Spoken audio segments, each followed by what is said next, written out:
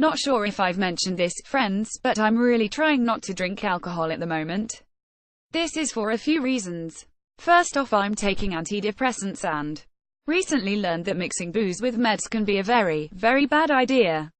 Drinking significantly rose my anxiety, made me have fun suicidal thoughts, and resulted in me feeling so sleepy, I'd curl up in corners at a party. The other reason is a bit more complex. I don't drink a lot, but the reasons I drink make me a little uneasy. For a long time I've dealt with feeling awkward, nervous, or sad by downing drinks. Now that I'm going through therapy and working on my mental health in, well, healthier ways, it seems a little silly to keep self-medicating with the bad stuff. Plus I'm getting older and hangovers are becoming a thing. They're not great. I'm not 100% sober because I'm still getting used to the prospect of going on a night out on 3 glasses of cranberry juice, but I'm trying.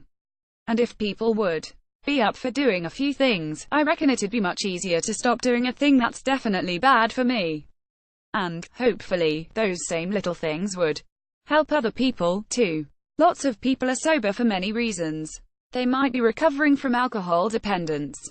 They could be taking medication. They might be trying to save money, or get healthier, or they don't like how they behave when they're hammered. Every reason is valid, and whatever led someone to the decision to not drink, you can bet that they've thought about it for a while. Trust in their decision, don't sabotage, and help out where you can. British culture is drinks heavy, especially over the festive period, so anything you do will be greatly appreciated. Here's how to help sure your sober friends enjoy the next few months. 1. Don't loudly point out that someone isn't drinking. If you spot someone drinking Coca-Cola out of a pint glass, don't try to catch them out by loudly noting how the shape of the glass means there's no alcohol in there. There's a reason they're not shouting about not drinking. They don't want any fuss. Someone else drinking isn't about you.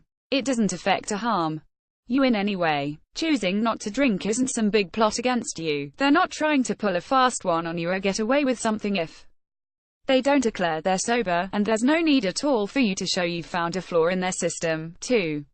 Also, you really don't need to ask someone why they're not drinking. If you're really, genuinely interested, ask your friend another time when you're sober too. In a pub or at a party or around the dinner table is probably not where someone wants to chat about their reasons for not drinking, which, as we covered earlier, could be quite sensitive subjects. Don't poke, don't prod, and remember that no one owes you an explanation for avoiding booze. It's their choice. 3. If you're hosting, make sure you offer a soft drink. This goes such a long way in making people comfortable. If you're doing a big festive gathering at your house and offering up booze, throw in a nice juice, fizzy drink, or booze-free mulled drink when you're asking people what they'd like to drink. If you've organized a big event, try to send non-alcoholic drinks around too among the bubbles. When someone offers you white or red, it can feel like you're making a massive fuss by asking for a glass of tap water. When I've ended up drinking at a press event, it's purely because of the trays with fancy cocktails and no other drinks on offer. When it feels like effort to not drink, it's easier to just give in and join in on the boozing. 4. Oh, and do some non-boozy takes on Christmas classics. 2. Being sober feels rubbish when everyone else all snuggled up and cozy drinking mulled wine, hot toddies, and buttered rum. Make your sober mates feel included in the festivities by brewing up one Christmas classic made sans booze. I'm a fan of a cinnamon spiced hot chocolate or a mulled juice punch. 5. Don't decide not to invite someone because they're not drinking seriously. This is such a dick move.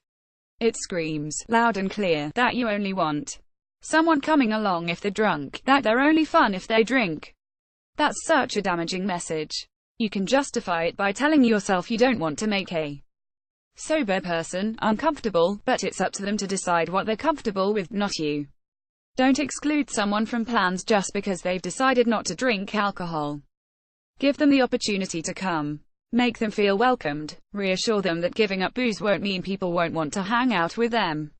Sure, they might say no to the invitation, but it really doesn't hurt to offer it anyway. 6.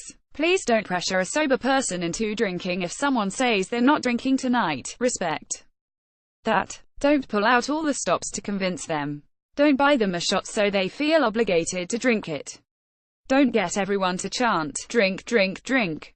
Even if you think their reasons for not drinking are silly, they're clearly important to them.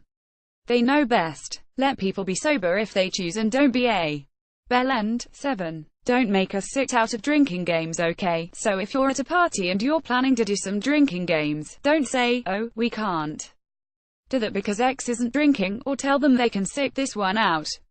If someone's keen to play, let them play with a soft drink. It really isn't a big deal that they won't get hammered if they lose. 8.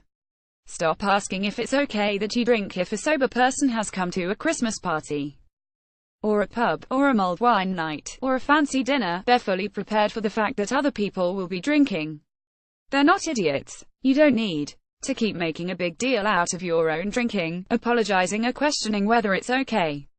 It's really fine as long as you're not making them drink. Also, don't read into their sobriety as a judgment on your drinking.